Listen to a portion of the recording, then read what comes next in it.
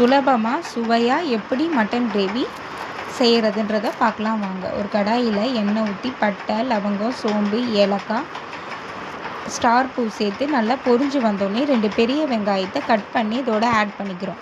Add பண்ணதுக்கப்புறமா அது நல்லா கோல்டன் ப்ரௌன் வர அளவுக்கு வதக்கிக்கிறோம். வதக்குனதுக்கப்புறமா 2 டீஸ்பூன் இஞ்சி பூண்டு பேஸ்ட் எடுத்துகிட்டு 2 பச்சை மிளகா போட்டு நல்லா பச்சை வாசனை போகிற அளவுக்கு வணக்கி எடுத்துக்கிறோம்.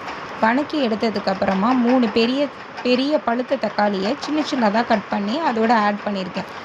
இந்த 3 பொருளும் வேகிற அளவுக்கு கொஞ்சமாக உப்பு போட்டு நல்லா வேக வச்சு எடுத்துக்கிறோம்.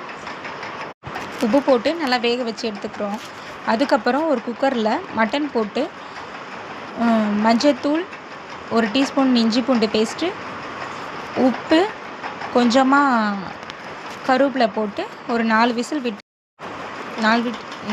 விட்டு எடுத்ததுக்கப்புறமா இந்த கிரேவியில் வரமிளகாத்தூள் போட்டு நல்லா பச்சை வாசனை போகிற அளவுக்கு வணக்கிடுறோம். வணக்கினதுக்கப்புறமா இந்த வேக வச்சுருக்க மட்டனை எடுத்து அதில் போட்டுடுறோம். போட்டுட்டு மட்டன் மசாலா ஒரு 2 டீஸ்பூன் போட்டுட்டு நல்லா ஒரு 10 நிமிஷம் அந்த கறியும் அந்த கிரேவி எல்லாமே நல்லா அந்த மசாலா அந்த இது போட்டிருக்கிறது தக்காளியோடு நல்லா இதுவாகிற அளவு ஒரு 10 நிமிஷம் நல்லா வேக விட்டுருங்க. வேக விட்டதுக்கப்புறமா வேக வச்சுருக்கோம் இல்லையா மட்டன் தண்ணி, அந்த தண்ணி இதோட ஆட் பண்ணிவிட்டு கொத்தமல்லியும் மிளகுத்தூளையும் கொஞ்சம் போட்டுட்டு நல்லா அந்த தண்ணி ட்ரை ஆகிற அளவுக்கு விட்டு எடுத்துக்கோங்க.